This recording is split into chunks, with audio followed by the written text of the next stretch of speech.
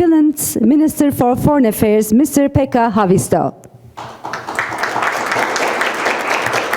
When thinking about the security, maintaining the security in Europe is one of our key tasks. I'm really, as a minister, also feeling the burden that it's our responsibility to safeguard today's security in this continent. And Russia is gathering troops at the Ukrainian border. Some troops have been moving from the far east to the border region, and we have also been seeing the planned new exercise between Belarus and Russia.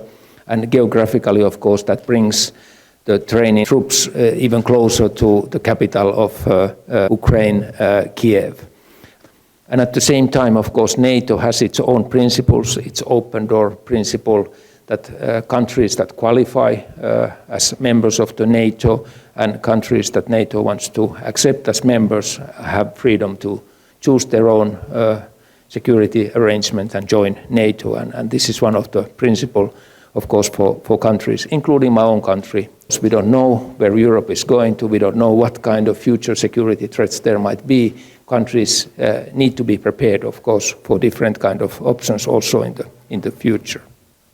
We are not only thinking about the military security. We think issues like hybrid threats, cyber threats, new types of threats, where probably the response is not coming from the military side, but actually through the cooperation of our civilian authorities. And that's why, for example, we have a hybrid center in Helsinki, and we are cooperating closely with European Union member states and NATO member states through that hybrid center.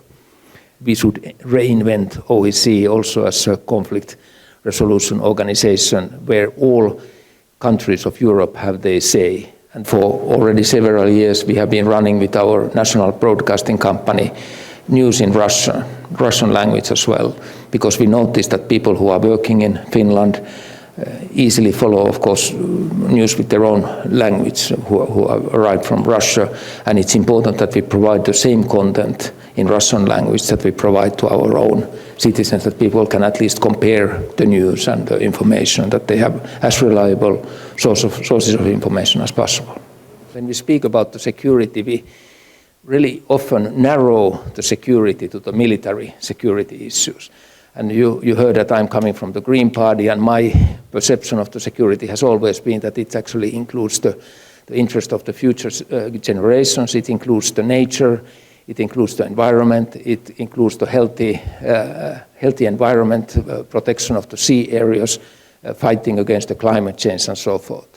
Sometimes we say in our more wealthy countries that, poor people are not interested in environment, but it's hitting the poor people first, and they come as refugees, whether it's Afghanistan or Darfur or many of these areas where the environmental changes really matters. And I think we have to be very sensitive to these causes of migration and accept that also as one of the reasons. I would like to see a Europe where we, as soon as possible, can return back to these real big challenges of our common future, like the climate issue or environmental degradation or